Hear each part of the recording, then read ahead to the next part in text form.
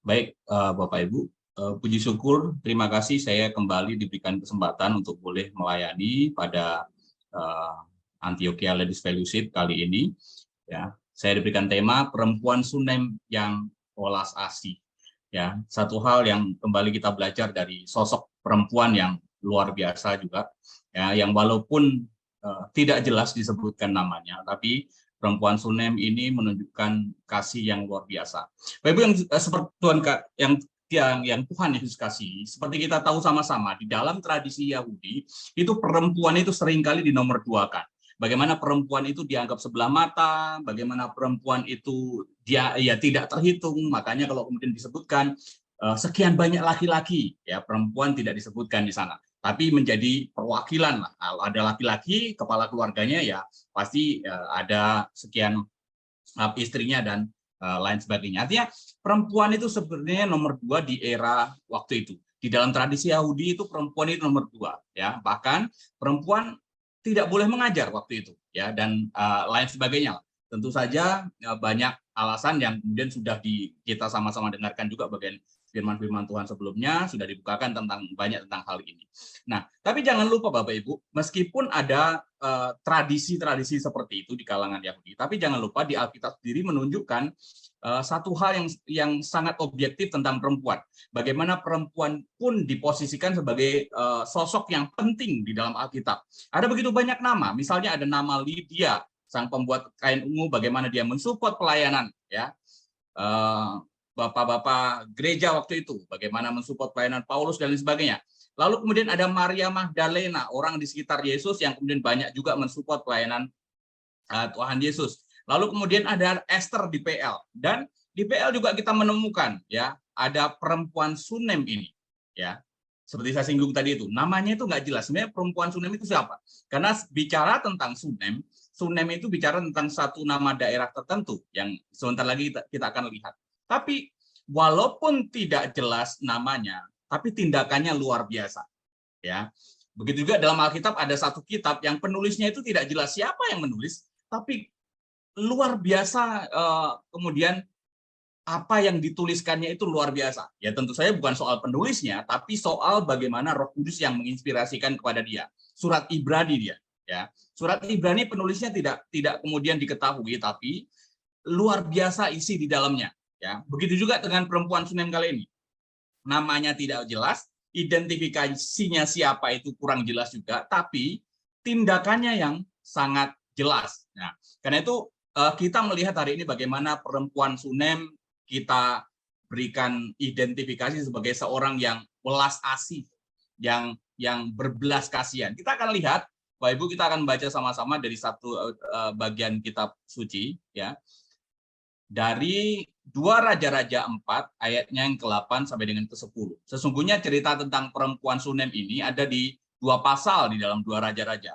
Pertama di pasal 4 ayat 8 sampai 37, lalu kemudian di pasal 8 itu muncul lagi tentang perempuan Sunem. Tapi kita seperti teks yang diberikan kepada saya, kita akan bertolak dari ayatnya yang ke-8 sampai dan 10 saja. Nanti Bapak Ibu boleh kemudian membacanya secara mandiri dan melihat betapa luar biasanya firman Tuhan itu menjelaskan tentang perempuan Sunem, walaupun banyak yang sifatnya sesungguhnya tersirat, ya. Saya akan membacakan bagian ini dan Bapak Ibu boleh menyimaknya. Demikian firman Tuhan.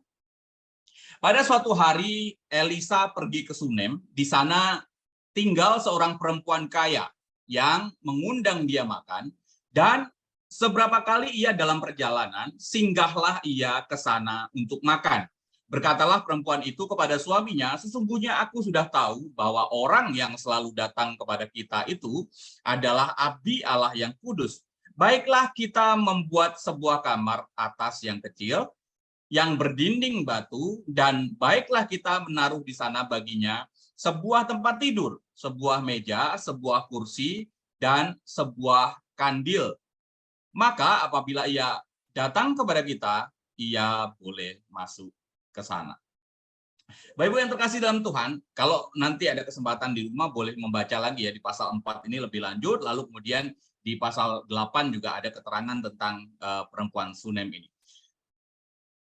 Kalau kita melihat konteks sebelumnya, Bapak Ibu, kalau Bapak Ibu membaca di ayat di pasal sebelumnya, kita akan bertemu dengan perempuan juga di sana, ya. Kita akan menemukan kisah seorang perempuan juga, ya. Bagaimana di sana ada sepertinya kontras antara perempuan yang di atas dengan perempuan Sunem ini. Perempuan di atas itu adalah istri Nabi, lalu kemudian dia ada dalam kondisi miskin, ya, istri seorang Nabi ada dalam kondisi miskin, bahkan anaknya pun terancam akan dijadikan budak karena tidak bisa membayar hutangnya, ya, karena tidak punya apa-apa ini. Lalu kemudian di perempuan yang satunya lagi, perempuan Sunem itu adalah perempuan yang kaya, ya, satu miskin, satunya kaya, ya. Tapi jangan lupa, walaupun itu dua-duanya sama-sama memiliki permasalahan, dua-duanya sama-sama memiliki persoalan. Walaupun satu kaya, yang satu miskin, tapi dua-duanya juga mengalami apa yang disebut sebagai penderitaan dalam tanda petik, ya. Yang satu menderita karena kemiskinannya, yang satu perempuan kaya kemungkinan menderita dalam hatinya karena dia tidak punya anak, ya. Dia tidak punya anak dan kemudian dalam konteks waktu itu kan itu dipandang sesuatu yang kesalahan besar dalam tanda petik, bisa jadi mengarah kepada dosa dan lain sebagainya, ya. Yang satu menderita, yang satu juga menderita. Yang satu punya masalah, yang satu juga punya masalah. Yang miskin punya masalah, yang kaya juga punya masalah. Jangan lupa di awal tadi di ayat 8, perempuan Sunem digambarkan sebagai perempuan yang kaya. Di atasnya, perempuan istri Nabi tadi digambarkan sebagai perempuan yang miskin, ditunjukkan sebagai perempuan miskin. Tapi kaya maupun miskin, dua-duanya sama, ya, mengalami masalah, dua-duanya sama mendapat masalah, ya, mendapat pencobaan, ya. Ada satu kesamaan lagi yang kemudian ditunjukkan bagaimana di atas yang satu itu adalah seorang yang taat, istri Nabi, kemudian berkata bilang kepada siapa? Elisa menyatakan kami ini hidup ya seturut dengan perintah Tuhan lah, kira-kira seperti itu. Bagaimana mereka taat kepada Tuhan dan hal itu disampaikan kepada siapa? Kepada Elisa. Nah, begitu juga sesungguhnya perempuan Sunem ini adalah perempuan yang taat juga, ya. Buktinya apa? Kalau kita baca di pasal 4 ayat 23, ada satu kebiasaan yang kemudian dilakukan perempuan Sunem ini setiap awal tahun misalnya, ya. Kebiasaan apa? Di 4 ayat 23 dikatakan, "Berkatalah suaminya, mengapa pada hari ini engkau hendak pergi kepadanya? Padahal sekarang bukan bulan baru dan bukan hari Sabat." Artinya di bulan-bulan itu atau di hari Sabat dia biasa kemudian menjalankan ritual keagamaannya, ya, bertemu Nabi dan lain sebagainya, ya. Dia dua-dua. Karena itu apa? Dua-duanya sama-sama taat, dua-duanya sama-sama saleh. Tapi apa ya, kesamaan lagi yang kita temukan? Satunya mendapat masalah, ini orang kaya mendapat masalah, orang miskin juga dapat masalah. Orang kaya kemudian apa namanya? Taat, yang satu taat. Dua-duanya taat tetap juga masih dapat masalah, ya. Itu keduanya. Lalu kemudian dari sini kita lihat bagaimanapun dan dari sini kita juga bisa belajar sebenarnya bagaimanapun dan apapun kondisi seseorang, ya baik itu kaya maupun miskin, baik itu imam, yang satu imam kan istrinya nabi kan, maupun rohaniawan maupun yang awam, yang maupun jemaat yang biasa sekalipun, ya, bahkan yang dua-duanya rohani sekalipun, ya tidak pernah kemudian kebal terhadap persoalan, tidak pernah kebal terhadap masalah, ya. Dua-duanya bisa mengalami masalah walaupun dalam bentuk yang berbeda. Tapi yang menjadi pertanyaan, yang menjadi hal yang menarik adalah respon keduanya.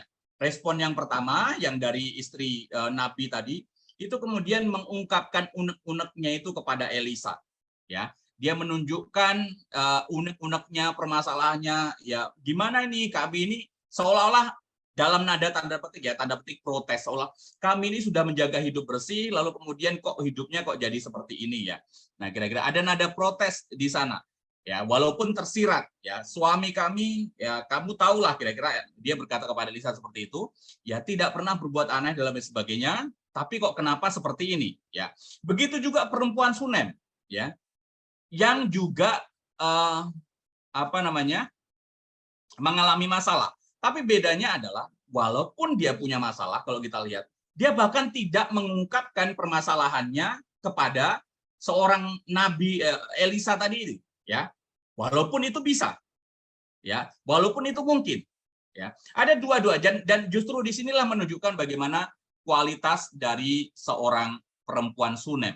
Ya, Bapak Ibu, sebelum lebih lanjut, kita melihat sebenarnya bicara tentang welas asih itu seperti apa sih? Welas asih seperti kita tahu, welas asih itu bicara tentang belas dan kasih, ya, atau asih. Ya, asih sendiri bicara tentang kasih sayang. Jadi welas asih itu bicara tentang berbelas kasihan. Welas asih itu bicara tentang iba. Welas asih itu bicara tentang ya orang yang memiliki kasihan kepada orang lain, orang yang berkasihan kepada orang lain, ya. Nah, dalam konteks ini sepertinya ya ada posisi di mana ya dari sisi maknanya ada kesan di mana sepertinya orang yang berbelas kasihan itu jauh lebih tinggi daripada orang yang menerima belas kasihannya. Padahal dalam konteks tentang perempuan Sunem dan Elisa tidaklah seperti itu. Dalam konteks perempuan Sunem ya berbeda ya. Artinya Elisa bukan orang yang patut dikasihani dalam tanda petik, lalu kemudian perempuan Sunem adalah orang yang bisa mengasihani yang berbelas kasihan. Tapi kita semua sama-sama tahu penggunaan welas asih di sini adalah menggunakan bagaimana sesungguhnya bicara tentang pemahaman dorongan kasih itu yang dari dalam dan kemudian sehingga membuat orang itu melakukan satu tindakan, ya. Itu dari sisi welas asih. Kemudian kita lihat lagi dari sisi Sunem. Apa itu Sunem? Ya, Sunem sendiri, kalau tadi dikatakan perempuan Sunem, itu adalah identifikasi dari tempat ya di mana dia berasal, tempat di mana dia tinggal. Sunem tadi itu. Sunem itu bicara daerah di dekat pegunungan Gilboa dan juga sekaligus di dekat pegunungan Karmel. Nah, inilah tempat Elisa biasanya, ya. Dekat itu. Nah, di Sunem itu adalah masuk di daerah suku Isakar, ya. Suku Isakar itu adalah salah satu dari 10 suku yang kemudian hilang dari Israel. Saya tidak expert di bidang ini, jadi saya tidak akan mengulasnya. Tapi kalau kemudian saya baca dari ensiklopedia bagaimana ada satu suku, salah satunya adalah Isakar, yang kemudian terhilang dari suku-suku Israel. Nah, selanjutnya di Sunem ini adalah daerah yang kemudian dikuasai oleh Fir'aun. Nah, biasanya kalau daerah dikuasai Fir'aun itu adalah daerah yang juga mengikuti ajaran dan tradisi dan agama yang dianut Fir'aun yang sifatnya politeistik, yang memiliki dewa banyak. Ya, tapi menarik, bagaimana di tengah-tengah kondisi seperti itu, perempuan Sunem tadi ditunjukkan adalah perempuan yang memiliki kerohanian yang baik, perempuan yang memiliki spiritualitas yang baik. Ditunjukkan dari bagaimana tersirat digambarkan Alkitab, dia memiliki kebiasaan untuk menjalankan ritual keagamaannya. Dan itu sesuatu yang baik. Nah, begitu juga tentang perempuan Sunem. Bisa sesungguhnya kalau kita melihat di beberapa bagian dari Alkitab, ya, Sunem sendiri itu dikaitkan dengan beberapa orang, ya, beberapa orang. Tapi menariknya adalah setiap kata Sunem disebut identifikasi atau merujuk kepada sosok perempuan, ya.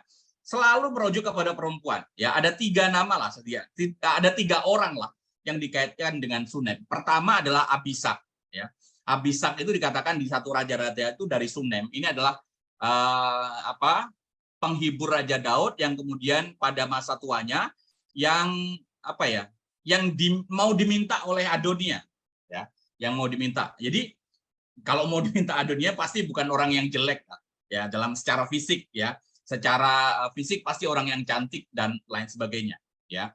Begitu juga digambarkan oleh Kidung Agung 6 ayat 13. Kidung Agung pun merujuk, ya, ada beberapa penafsir beranggapan tentang gadis Sulam, yaitu adalah nama lain dari Sunem. Ya, Sulam itu sebuah kota yang kemudian identik dengan wilayah Mesir, ya, yang merujuk kepada Sunem tadi. Artinya, bicara tentang gadis Sulam ini adalah merujuk kepada Sunem, ya. Dan kalau Bapak Ibu membaca dari Kidung Agung 6 ayat 13, ini bicara bagaimana seseorang yang merindukan gadis Sunem ini, ya. Lagi-lagi bicara tentang gadis Sunem dipandang sebagai sosok yang pujaan. Gadis Sunem dilihat sebagai sosok yang luar biasa, setidaknya dari sisi parasnya dan lain sebagainya. 2 bagian ini menggambarkan, ya. 2 bagian tadi dikaitkan gadis Sunem yang yang memuji kecantikan fisiknya, kecantikan dirinya. Ya begitu juga kalau kemudian ada satu lagi perempuan Sunem di era Elia ini. Ya, mungkin agak terburu-buru menurut saya, ya, dan juga kurang data. Saya melihat gini, ada kemungkinan gadis Sunem di era Elisa ini juga memiliki paras yang cantik. Ya, apa kaitannya dengan itu nanti? Kita akan lihat. Dia memiliki paras yang cantik. Ya, seperti kita tahu, biasanya kalau dalam suatu suku tertentu, ya, ada karakteristik wajah. Ya.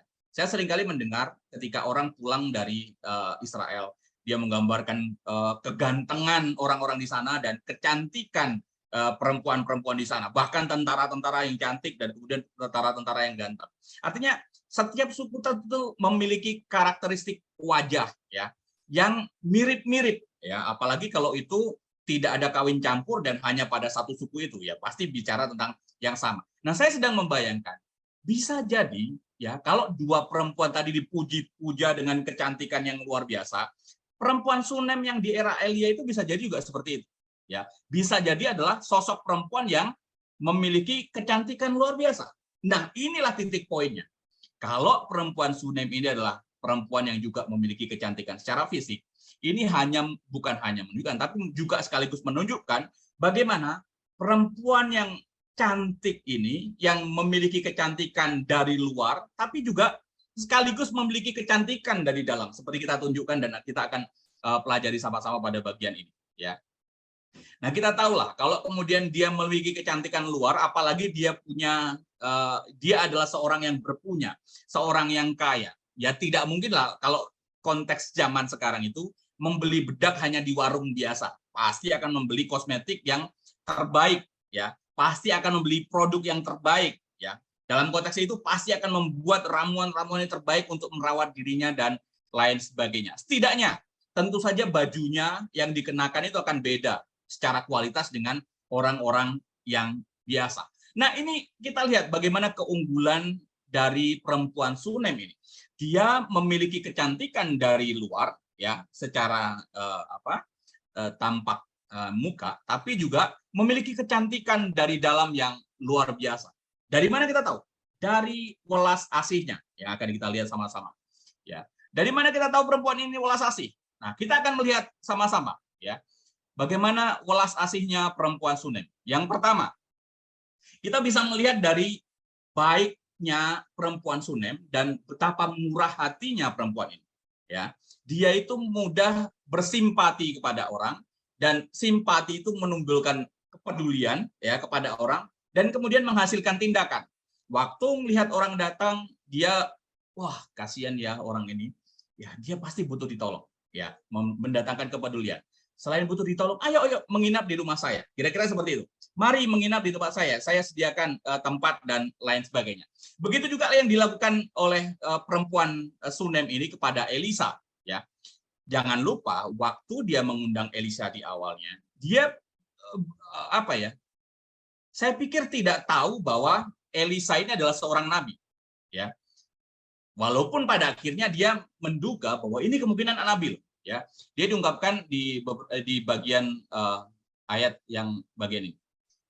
Sesungguhnya aku sudah tahu bahwa orang yang selalu datang, ya, orang yang selalu datang berarti bukan datang sekali atau dua kali, selalu datang, sering datang kepada kita itu adalah abdi Allah yang kudus.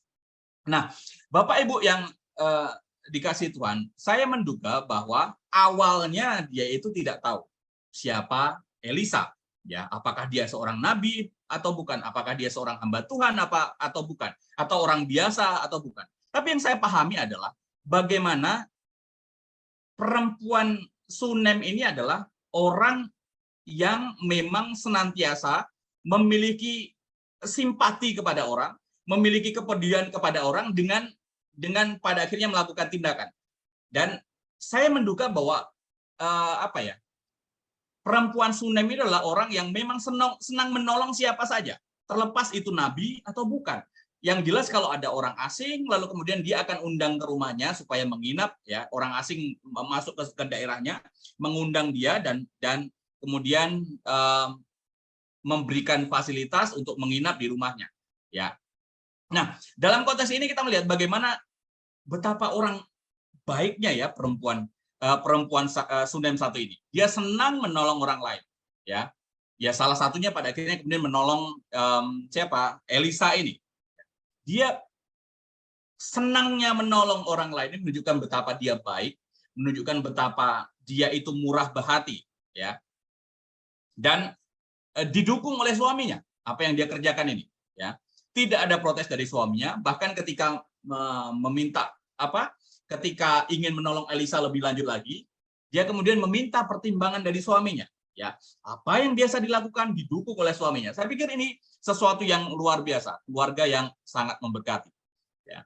Bapak Ibu, kalau kita perhatikan baik dan murah hatinya, kita juga bisa mengukur atau melihat dari bagaimana cara dia menolong, ya. Waktu perempuan Sunem itu menolong, dia itu menolong tanpa hitung-hitungan. Ya, sekali lagi dia menolong tanpa menghitung, tanpa hitung-hitungan. Ya. Misalnya kita selalu berpikir begini ya, kalau kemudian kita menolong orang lain, menolong sekali, ya orang itu akan jadi tuman lah, kira-kira kata orang Jawa begitu. Kalau kemudian terus ditolong kan tuman, dia akan bergantung kepada kita kan, ya. Tapi perempuan Sunem itu nggak ada kepikiran sampai di titik itu. Buktinya apa? Buktinya adalah Elisa itu sampai beberapa kali dia datang ke tempat itu. Pertama, mungkin saja diundang, ya. Tapi Alkitab berikutnya menyatakan dan seberapa kali ia itu Elisa dalam perjalanan singgahlah ia ke sana untuk makan. Sekali ditolong kan, berikutnya nggak perlu lagi mungkin diundang, lalu kemudian dia datang ke rumah itu dan pintu itu terus-menerus terbuka, ya, bagi tamu seperti Elisa seperti itu, ya. Bapak Ibu yang terkasih dalam Tuhan, tidak ada kemudian kepikiran ini orang jadi tuman, ya. Oh, nanti jadi kebiasaan dia setiap kali pula datang dari kampung, datang dari Gunung Karmel sana ke sini pasti mampir sini, ya. Nanti berkurang harta benda saya, lalu kemudian saya harus mengeluarkan uang banyak untuk ini dan itu. Ini luar biasa yang dilakukan oleh perempuan Sunem. Dia tidak menghitung-hitung hal itu, ya. Dia tidak, walaupun kemudian dia mengundang makan dan orang itu datang kembali ke rumah dia tidak pernah mempermasalahkan. Bahkan kalau kita lihat nanti, dia justru memberikan yang terbaik kepada orang-orang itu, ya.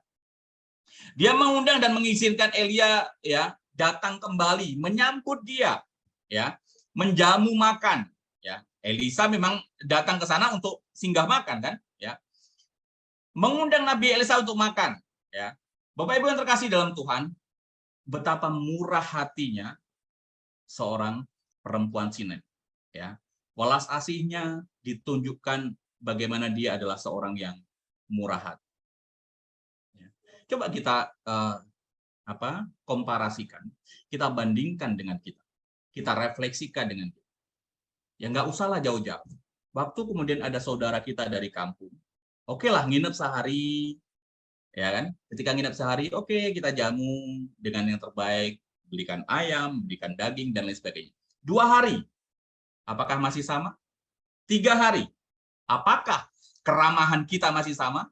Bagaimana kalau 1 minggu? Bagaimana kalau 1 bulan? Bagaimana kalau 1 tahun? Ya, pasti akan beda. 1 minggu mulai gitu. Ini orang kok nggak pulang-pulang ya? Kira-kira begitu. 1 bulan, ini orang cuma tidur, makan tidur, bantu kek apa kek, mulai begitu. 2 bulan atau 1 bulan lebih, mulai berani nyuruh. Kamu itu cuma tidur harus ini dong. Kira-kira begitu kan? Ya. Berikutnya, kalau kamu nggak usah tinggal di sini. Ya, mulai ada begitu. Bapak Ibu, coba kita refleksikan dengan diri kita. Jangan-jangan kita jauh kualitas kita dengan perempuan Sunem ini. Tapi perempuan Sunem ini adalah orang yang luar biasa. Ya, dia bahkan mengizinkan berkali-kali, ya, orang itu datang. Dan saya percaya bukan hanya kepada Elisa dia lakukan seperti itu, ya. Kepada orang lain, pada orang asing yang lain pun dia melakukan hal yang sama. Karena itu kewelas asihan dari perempuan Sunem itu adalah kewelas asihan yang luar biasa, yang betul-betul didorong dari dalam diri, lalu kemudian keluar dan betul-betul istilahnya betul-betul asli, kira-kira gitu, baik dan murah hati, ya. Itu yang pertama. Yang kedua yang kita lihat sama-sama adalah perempuan Sunem ini, welas asihnya ditunjukkan dengan bagaimana dia memberikan yang terbaik kepada orang yang kemudian dijamunya, ya, kepada tamunya. Ya. Tidak ada di benak perempuan ini kira-kira ya rasa kok merasa dimanfaatkan ya, kira-kira gitu. Tidak ada rasa dimanfaatkan oleh Elisa, ya. Justru dia mau memberikan yang lebih lagi, ya, kepada Elisa. Kalau kemudian dia merasa dimanfaatkan, pasti nggak ada niatan memberikan yang terbaik kembali kan? Pasti akan mengusir atau setidaknya jangan ke sini lagi lah, cari keluarga yang lain lah, misalnya seperti itu, ya. Justru mau memberikan lebih baik lagi kepada Elisa, ya. Dia tidak merasa dimanfaatkan oleh Elisa, tapi justru mau melayani lebih lagi, mempersiapkan pemberian yang terbaik untuk Elisa. Ya, Bapak Ibu yang terkasih dalam Tuhan, kalau kita bicara tentang orang asing atau orang, anggaplah waktu itu kan musafir kan, orang dalam perjalanan kemudian harus singgah ke suatu daerah tertentu karena ya malam hari ya dia harus berteduh dan lain sebagainya. Nah, kita semua sama-sama tahu orang musafir ya orang asing seperti itu yang sedang ada dalam perjalanan, yang paling dibutuhkan oleh dia itu bukanlah fasilitas. Yang paling dibutuhkan dia adalah tempat berlindung. Ya, setidaknya dari hawa dingin, ya, dari angin malam hari yang menyengat, ya. Yang kedua adalah pokoknya ada tempat istirahat saja. Itu udah lebih dari cukup buat dia. Nggak perlu lagi ada gasur apa segala macam, nggak perlu ada tempat tidur yang empuk dan lain sebagainya. Dia bisa bahkan di alas di lantai saja dia bisa tidur. Kenapa? Selama perjalanan itu adalah perjalanan yang melelahkan dan biasanya obat tidur yang paling mujarab adalah capek. Ya, jadi dia nggak butuh fasilitas lebih, tidak butuh fasilitas lebih. Yang dibutuhkan itu hanya tempat berlindung dari hawa dingin dan udara malam yang bisa membahayakan buat dirinya. Lalu kemudian tempat berlindung dari binatang buas dan lain sebagainya. Hanya itu saja. Tapi lihat apa yang diberikan perempuan Sunem ini kepada Elisa. Ya, bukan sekedar hanya tempat berlindung, bukan sekedar hanya tempat beristirahat dalam konteks ini memberikan alas tidur atau sebagainya. Dia memberikan lebih, ya. Bukan hanya sekedar memberikan apa yang dibutuhkan, tapi memberikan, menambahkan fasilitas tambahan yang lebih kepada Elisa. Ada tempat tidur di sana, ada meja di sana, ada kursi di sana, ada kandil tempat untuk minum di sana. Dipersiapkan. Betul-betul ini sebuah bentuk keramahan ya yang ditunjukkan oleh perempuan Sunem, ya. Bagaimana dia menjamu makanan itu apalagi tambahannya, ya. Diizinkan tidur saja sudah bersyukur, diberikan tempat saja sudah bersyukur. Tapi perempuan Sunem dan suaminya itu membangunkan tempat buat tamu-tamunya. Salah satunya adalah Elisa. Ini adalah tempat yang sangat-sangat aman dan nyaman, ya.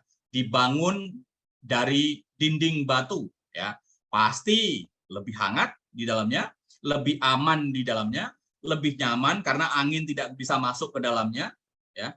Jadi lebih nyaman dan aman, ya. Belum lagi bicara tentang fasilitas yang menolong yang menjadi pemberian lebih ya kepada Elisa. Nah, Bapak Ibu, inilah yang dilakukan ya, perempuan Sunem. Ya, luar biasa. Dia bukan hanya orang yang bermurah hati, bukan saja hanya orang yang baik, tapi juga menunjukkan kebaikannya itu dengan sebuah perbuatan yang konkret. Memberi, bukan hanya sekedar memberi saja, mengizinkan, bukan hanya sekedar mengizinkan saja, tapi memfasilitasi dengan baik. Ya. Itulah yang dilakukan oleh perempuan Sunem. Salah satu hal yang luar biasa menurut saya, ya, pada diri seorang perempuan, ya, yang kemudian kalau kita bandingkan dengan Nabi tadi, ya dia sedang mengalami masalah, ya, harusnya nggak perlu memikirkan orang lain, mikirkan dirinya sendiri saja ya sedang mengalami masalah, ya. Nggak enak kemudian waktu itu tidak ada anak, ya tidak ada keturunan, ya secara sosial mungkin juga menjadi masalah, dia akan dikatain dan lain sebagainya. Tapi dia tidak fokus kepada permasalahan. Ya. Bagaimana dia bisa melayani itu menunjukkan bahwa dia apa ya istilahnya, sudah keluar dari zona itu. Bukan soal diri, tapi bagaimana soal mengaktualisasi diri. Saya pikir ini luar biasa yang ditunjukkan oleh perempuan tsunami. Yang kedua. Yang ketiga adalah bagaimana ketulusan dia dalam melayani. Ya, ketulusan dia dalam melayani. Bapak Ibu yang terkasih dalam Tuhan, kita tahu bagaimana perempuan Sunem, kalau kita baca sampai ayat 28, dia tidak mengharapkan imbalan sepeser pun. Dia tidak mengharapkan jasa atau timbal balik dari apa yang dilakukan kepada Elisa. Ya, dia tidak mengharapkan balasan sedikit pun. Ya, dia menolong, ya menolong saja. Ya, karena apa? Itu menjadi bagian dari hidupnya. Itu bagian dari aktualisasi dirinya yang didorong oleh kasih yang dia rasakan. Ya, bagaimana dia menolong ya tanpa memandang siapa saja. Lihat di awal tadi, dia awalnya memang tidak tahu siapa Elisa. Ya. Lalu kemudian pada akhirnya setelah sekian lama, sepertinya ini hamba Tuhan. Ya, sepertinya ini seorang nabi. Ya. Ya, wakil Tuhan, kira-kira begitu. Awalnya dia tidak tahu, karena kemungkinan biasa menolong dan ya mempersilahkan siapa saja orang asing kemudian untuk berkunjung ke tempat dia dan difasilitasi untuk hal itu. Ya.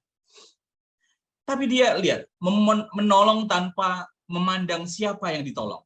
Ya. Bahkan ketika tahu Elisa itu adalah hamba Tuhan, dia tidak mengharapkan apa-apa darinya. Padahal ya bukan sekedar hamba Tuhan, dia itu seorang nabi. Dia itu seorang nabi, wakil daripada Tuhan. Ya, dia bisa mendapatkan banyak hal dari dia. Ya, dia bisa meminta sesuatu untuk disampaikan kepada Tuhan, kan wakil Tuhan. Ya, Bapak Ibu yang terkasih dalam Tuhan, bahkan ketika dia tahu Elisa itu seorang nabi, dia tidak pernah kemudian sedikit pun meminta sesuatu dari Elisa. Ya, bahkan suatu ketika Elisa rasa mungkin nggak nyaman, ya ini orang sudah baik, bersusah payah buat saya, tapi saya tidak memberikan apa-apa, kira begitu ya. Ya ini sesuatu tindakan yang baik dari Elisa. Lalu kemudian Elisa menawarkan, ya dia bersedia menolong perempuan ini, bahkan bersedia menyampaikan maksud keinginan kepada raja. Ya kalau keinginan kepada raja pasti bukan keinginan yang tolong belikan makanan doang, ya pasti sesuatu yang didasarkan kepada sebuah kebijakan tertentu yang dampaknya pasti akan besar kan. Tapi untuk yang besar itu pun tidak satu patah kata pun keluar dari mulut perempuan Sunem ini. Ya. Dia tidak mengharapkan imbalan sedikit. Ya. Nah dalam konteks ini dia pun menolak ya maksud baik dari Elisa tadi. Ya. Dia menolak. Bisa jadi pemberian kan kalau bicara tentang hubungannya dengan konteks raja. Ya.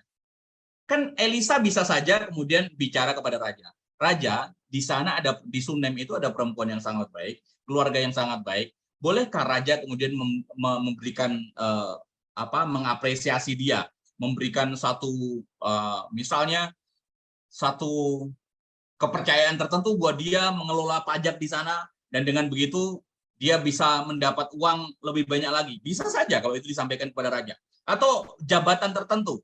Ya. Tapi lihat, lagi-lagi perempuan Sunem tidak kemudian mengharapkan. Ya. Dia sudah nyaman dengan dirinya. Dia ya kalau kemudian Tuhan sudah memberikan kekayaan buat dia, itu bagi dia sudah cukup. Tidak perlu lagi harta yang berlebihan lagi. Tidak perlu jabatan yang berlebihan lagi. Ya. Ini juga menunjukkan keunggulan dari perempuan Sunem. Tidak rakus, tidak tamak. Kalau sudah ya sudah. Ya, nggak perlu kemudian sesuatu yang lebih lagi. Ya, bahkan kalau dikatakan ya dijawab oleh dia ketika ditanya itu, kami ini hidup di kampung, saya hidup dengan saudara-saudara saya di sini. Menunjukkan bagaimana dia nyaman hidup berdampingan dengan saudara-saudaranya, ya, dengan bangsanya. Tidak perlu lagi lah kemudian di istana atau memperoleh jabatan tertentu ya untuk membantu ekonominya. Nggak perlu seperti itu. Ya. Bapak Ibu yang terkasih dalam Tuhan, itu pun ditolaknya. Ya. Sekali lagi itu pun ditolak. Sampai-sampai kemudian kalau kita baca, Elisa harus kemudian mencari tahu sendiri lewat Gehazi. Ini orang itu apa sih yang paling dibutuhkan? Ya, sampai harus mencari tahu yang paling dibutuhkan dari perempuan Sunem itu. Sesungguhnya menurut Gehazi, menurut apa yang disampaikan Gehazi, bahwa dia yang paling dibutuhkan adalah anak. Ya, sekali lagi, yang paling dibutuhkan oleh perempuan ini adalah sesungguhnya adalah anak. Lihat, sesuatu yang paling dibutuhkan itu pun tidak disampaikan kepada nabi. Sesuatu yang sesungguhnya paling dibutuhkan, ya, itu pun tidak disampaikan kepada Elisa. Ya. Padahal dia paling dibutuhkan. Ya. Hal ini sesungguhnya menunjukkan satu hal lagi. Bagaimana ketulusan dia dalam melayani. Ya. Bukan hanya bermurah hati, bukan hanya memberikan yang terbaik, tapi betul-betul tulus melayani, nggak mengharap apapun. Ya. Ketika sudah melayani, ya itu memang bagian dari dirinya mau melayani. Bukan mengharap imbalan tertentu dari apa yang dikerjakan. Itu yang ketiga. Dan karena itu luar biasa, dan pada akhirnya ada berkat-berkat yang justru perempuan Sunem ini didapatkan. Ya. Pada akhirnya dia diberikan sesuatu yang paling dibutuhkannya, yaitu anak. Ya. Itu diberikan oleh Tuhan melalui Elisa. Ya. Lalu kemudian tentu saja hidup perempuan Sunem ini akan dipulihkan. Ya. Karena apa? Anak adalah sosok yang paling berarti. Tidak ada anak menunjukkan era itu tentu saja, ya, bagaimana hidup seseorang tidak diberkati. Tidak ada anak menunjukkan bisa jadi mengarah kepada mengarah kepada dosa yang besar. Ya. Jangan-jangan orang ini tidak ada berdosa sehingga tidak diberkati anak, mandul dan lain sebagainya. Ya. Lalu kemudian dengan keberadaan anak, maka hidup perempuan Sunem ini dipulihkan. Ya, dari sisi pandangan masyarakat, orang tidak lagi menganggap dia sebagai pendosa. Dari sisi masyarakat lagi, dia adalah sosok yang kemudian bisa menjadi sumber sukacita, dan tanda petik anak itu menjadi pelengkap sukacita dalam hidupnya, ya, pelengkap kebahagiaan dalam hidupnya. Karena kita tahu hal itu tidak mungkin lagi. Suaminya dikatakan dalam Alkitab, suaminya itu sudah tua. Jadi nggak mungkin lagi bisa istilahnya membuahi istrinya lah. Ya, kira-kira seperti itu. Nah, waktu kemudian hadirnya anak itu betul-betul memberkati dirinya.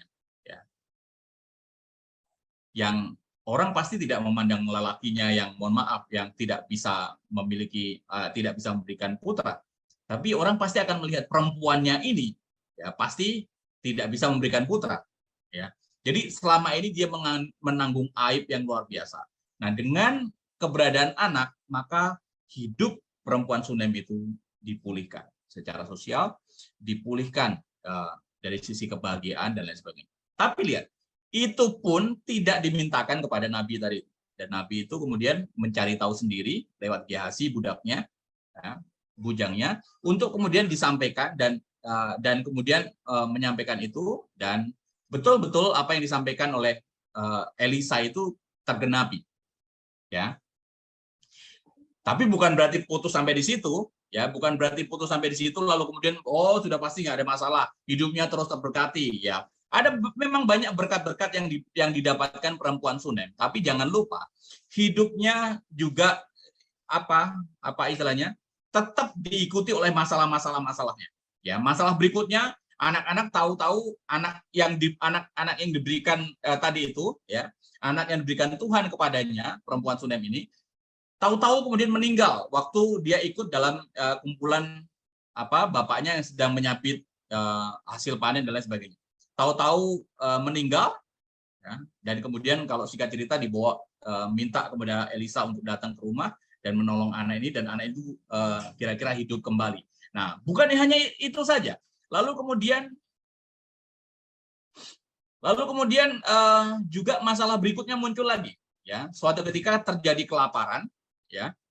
Terjadi kelaparan di mana Tuhan melalui Elisa memperingatkan perempuan Sunem ini, ya. Sebentar lagi ada kelaparan selama 7 tahun, kamu menyingkirlah dari situ. Lihat, orang yang kaya raya, ya, luar biasa, harus meninggalkan harta bendanya untuk menyelamatkan dirinya dan keluarganya. Lagi-lagi ada masalah lagi. Tapi Tuhan tetap memimpin, Tuhan tetap memelihara. Bahkan di dalam masalahnya pun Tuhan tetap menolong. Ya. Dan waktu kemudian dia kembali, ya, rumahnya, ladangnya sudah dikuasai orang lain. Itu ada di di Raja-Raja pasal 8 tadi. Tanahnya, ladangnya sudah dikuasai orang lain. Lalu kemudian dia protes kepada raja, gimana ini Tuhan? Gimana ini raja? Ya, kami punya tanah, tapi tanahnya sudah dikuasai orang lain. Ya. Lalu kemudian pas dia menyampaikan di situ pula ada Gehazi, dan Gehazi bisa menyaksikan betapa perempuan inilah yang kemudian ditolong oleh Tuhan itu.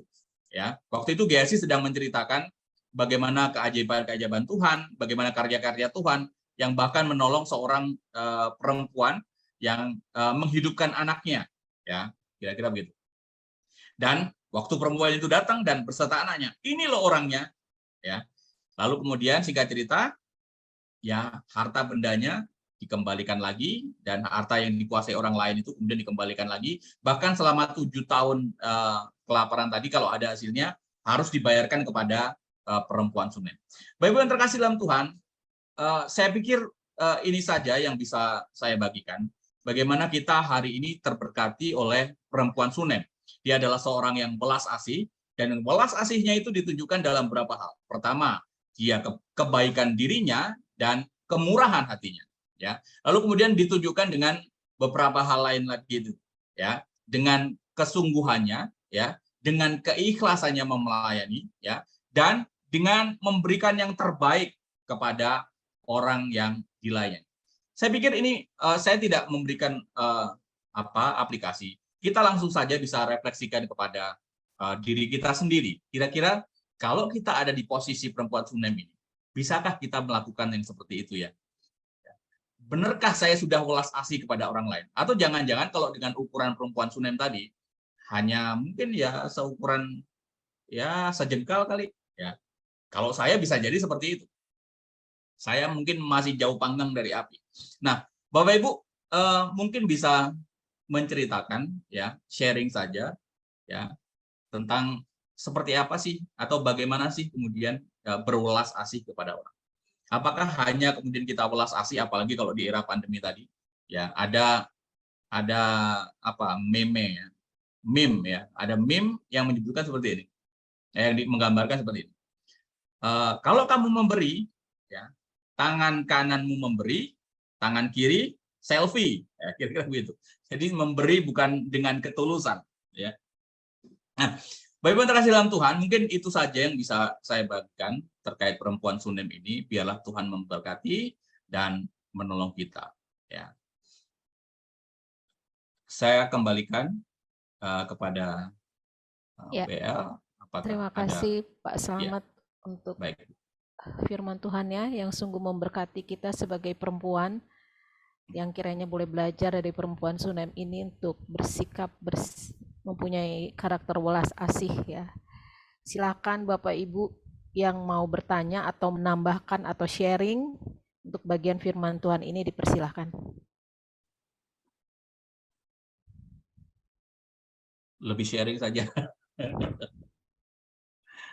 Pengalaman mungkin bagaimana melakukan sikap welas asih ini, lalu apa mungkin respon orang lain atau bagaimana gitu yang bisa di-sharekan kepada kita semua. Pak Slamet mau nanya aja. Nanya dong. Silakan, Kak. Ya. Mau nanya Pak Slamet, kan kalau tadi bilang daerah Sunem ini dia bagian dari salah satu dari 10 suku yang di utara itu kan, yang dari Isasar. Mau nanya dong, kalau berat ini perempuan Sunem ini dia termasuk orang percaya atau bukan, ya? Itu yang pertama. Ya. Yang kedua, maksudnya dia mempunyai belas kasih itu, kalau dia orang percaya ya mungkin ya belas kasih itu dari dia belajar gitu, maksudnya dia menjalani hidup. Tapi kalau dia bukan, apakah dia bukan orang percaya yang maksudnya berada di lingkungan orang kafir gitulah, maksudnya kawin campur gitu. Sehingga tapi kalau kita lihat di sini dia punya kehidupan yang luar biasa. Sehingga kok dia bisa tahu bahwa, maksudnya gini loh, dia bisa tahu bahwa ini nih abdi Allah ini, gitu loh. Ya. Sehingga dia tahu bahwa ini abdi Allah, padahal awalnya kan dia nggak tahu. Tapi Ya. dari mana gitu loh? Apakah memang dia ini termasuk dalam kelompok orang percaya yang walaupun berada di daerah yang beda, bukan di dengan Yerusalem itu, tapi tetap dia berpaut gitu kepada Tuhan. Pengen tanya itu aja sih. Ya, terima kasih Kak Marli. Saya juga mendapatkan keterangan itu dari ensiklopedia. Ya, kalau ensiklopedia menyebutkan bagaimana perempuan Sunem atau Sunem itu sendiri masuk dalam wilayah suku Israel di Isakar. Nah, Ya, Isakar itu adalah bagian dari suku Israel yang terpecah, yang kemudian memilih memihak ke utara, ya, bukan ke Yehuda, ya, ke utara. Nah, dari mana saya bisa menyebutkan bahwa ini juga memiliki kerohanian yang baik, ya, walaupun kita tahu kalau kemudian yang di Samaria itu adalah orang-orang yang biasanya disebutkan sebagai orang pendosa dan lain sebagainya. Tapi dia memiliki walaupun dia ada di utara, dia memiliki kerohanian yang baik dari tradisi-tradisi dan apa yang disampaikan oleh suaminya tadi. Ya. Dia waktu mau pergi ke mana menjumpai Elisa, lalu kemudian suaminya bilang, "Loh, kamu ngapain ke sana?" Ya. Kan ini bukan bulan pertama. Ini yang pertama. Yang kedua, ini kan bukan hari Sabat. Kenapa kamu harus ke sana? Artinya apa? Dari situ secara tersirat kita bisa menemukan bahwa perempuan Sunem itu memang biasa melakukan ritual itu. Dia pergi setiap bulan pertama dan pergi setiap kemudian hari Sabat ke tempat peribadatan. Nah, dari situlah kemudian kita menunjukkan bagaimana perempuan Sunem itu memiliki kerohanian yang baik. Sekali lagi, walaupun ini tersirat dan sepertinya kesannya kurang data, ya, kira-kira begitu. Nah, itu yang pertama. Yang kedua, dari mana dia tahu bahwa ini adalah seorang nabi, ya? Yang pertama kita lihat, saya pikir yang pertama bisa kita, mungkin di awal dia nggak tahu ya, tapi Nabi Elisa ini datang berkali-kali loh ke tempatnya dia, ya. Kalau kita misalnya Kak Marle ngundang saya sebagai pendeta untuk datang ya dengan keluarga, kira-kira memangnya Kak Marle cuman apa istilahnya diam saja ya? Maksudnya apakah tidak diajak ngobrol atau seperti apa kira-kira begitu? Nah, waktu kemudian orang itu di rumahnya, pasti saya sedang membayangkan seperti itu. Pasti ada interaksi antara Elisa dengan perempuan Sunem dan suaminya. Ada tanya jawab, ada diskusi dan lain sebagainya. Saya sedang menggambarkan seperti itu. Nah, dari situ saya melihat kemungkinan besar dia bisa memiliki dan mengetahui bahwa ini hamba Tuhan, ya, dari komunikasi tadi. Yang kedua, tidak bisa dipungkiri ada kepekaan spiritual, kepekaan rohani dalam diri perempuan itu sendiri. Ya, dan itu tidak bisa apa ya, digambarkan seperti apa kira-kira gitu.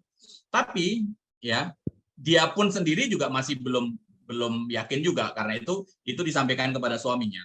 Ya, saya tahu loh, orang ini hamba Tuhan, kira-kira gitu. Orang ini nabi nih, ya, hamba Allah, kira-kira gitu. Ya, mungkin itu saja sih Kak Marli, karena itu apa yang bisa kita tangkap dari sini, bahwa betapa penting seseorang itu memiliki kerohanian yang baik, memiliki spiritualitas yang baik, dan itu berdampak terhadap tindakan dalam hidupnya.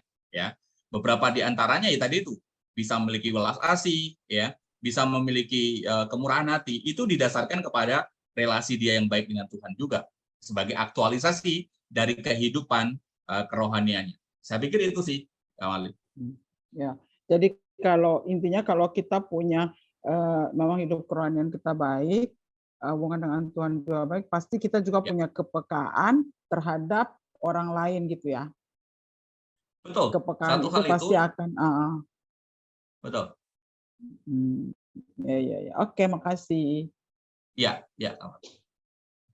Dan hati-hati loh, kalau kemudian kita ini bicara seringkali banyak ke gereja, kemudian banyak belajar firman, lalu kemudian iman kita jelas, tapi tidak mengaplikasikan iman. Itu juga berbahaya juga. Ya, berbahaya juga.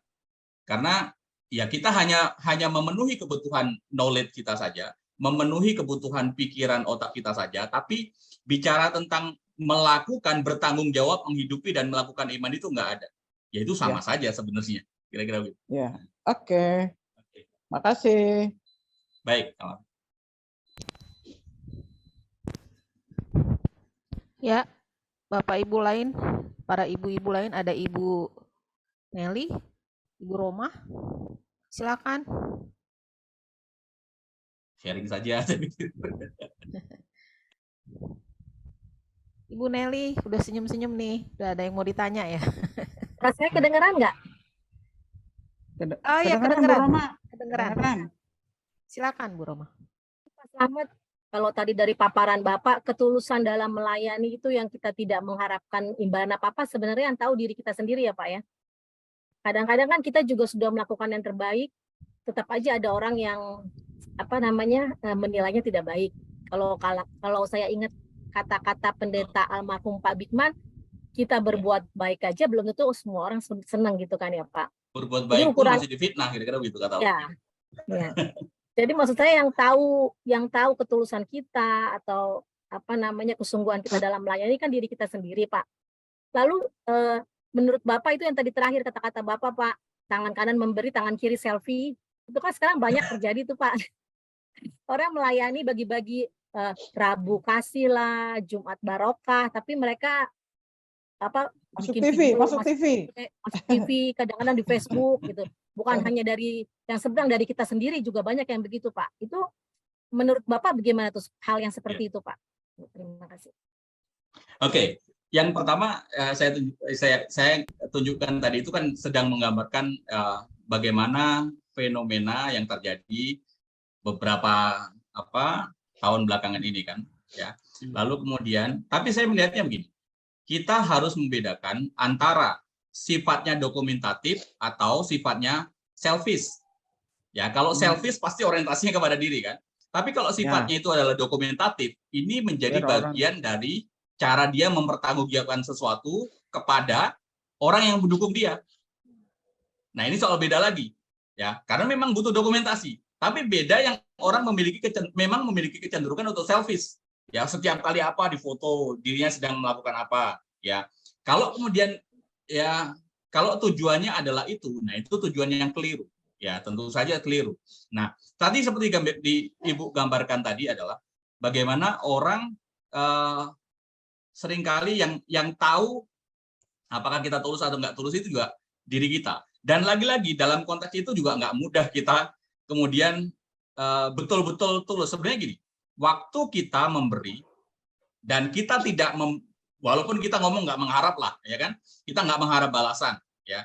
Tapi jangan lupa, seringkali kita berpikir, kalau kemudian saya memberi, saya berharap Tuhan akan memberikan, ya, memberikan balik. Mungkin bukan dari orang ini, tapi dari orang lain. Dari situ kan juga menunjukkan bahwa nggak tulus-tulus amat sih sebenarnya kita. Satu, ada mengharap balasan. Yang kedua, waktu kita memberi kepada orang itu, baik kepada orang itu, misalnya orang itu tidak membalas baik kepada kita, sakit hati nggak? Biasanya sakit hati. Pasti sakit hati. Pasti sakit hati. Contohnya lah, ini ponakan kita sendiri misalnya, datang ke tempat kita baikin, kita sekolahkan, dan lain sebagainya. Tapi kemudian nyapu rumah aja nggak mau, ya, seolah-olah nggak menghormati, atau malah kemudian menjelek-jelekan kita di luar sana. Gimana sikap kita? Dasar anak nggak tahu diri, ponakan nggak tahu diri, sudah ditolong tapi malah mentung, kira-kira begitu kan? Ya. Jadi sebenarnya sesungguhnya apakah kita betul-betul tulus sih dalam menolong seseorang, ya, dalam melayani, dalam memberi, ya. Bicara tentang ketulusan, saya selalu berpikir itu adalah sesuatu yang sifatnya progresif, ya. Nggak bisa otomatis. Hari ini kita bisa 5, kalau kita terus lakukan, kita akhirnya bisa memberikan 10, ya. Waktu kita bisa memberikan 10, kita bisa memberikan 15. Waktu kita bisa memberikan 15, kita bisa memberikan 20. Dan itu progresif, ya. Nah, lalu kemudian kalau sudah bicara tentang seperti perempuan Sunem tadi yang betul-betul memberikan dengan keikhlasan, itu pun bukan bicara soal dirinya lagi, ya. Bukan orang yang sudah lepas dari dirinya. Jadi bukan, kalau segala sesuatu bukan bicara soal senternya adalah dirinya, tapi sudah melihat bagaimana dirinya bisa berarti bagi orang lain. Nah, itu adalah betul spiritual tadi. Nah, itulah yang susah dimiliki oleh kita. Saya pun juga masih berjuang dalam konteks itu. ya. Nah, karena itu kita sama-sama berjuang nih, Bu. Kira-kira begitu. Jadi bicara keikhlasan, ya betul, ya kita harus ikhlas, sama-sama belajar ikhlas, ya. Kalau ukurannya adalah perempuan Sunem tadi, jangan-jangan seperti saya sebut tadi, kita hanya sejentik jari ini loh, nggak ada apa-apanya, ya. Jangankan kemudian kita memberikan dengan setulus hati, ya. Waktu kita memberi dan orang itu meresponnya beda saja, kita sudah sakit hati. Ya, jangankan kita bisa memberikan yang terbaik dari yang dia harapkan, ya. Memberikan satu kali, kalau kemudian dia berkali-kali datang dan tuman, itu pun juga sakit hati. Ya. Mana ketulusan? Ya, karena itu adalah sebuah progres dalam hidup kita dan kerohanian kita. Tidak bisa dipisahkan antara hidup kerohanian dan aktualisasi kerohanian, ya, di dalam hidup kita pribadi lepas pribadi, ya. Saya pikir sih itu sih Bu Roma, nggak mudah, tentu saja nggak mudah.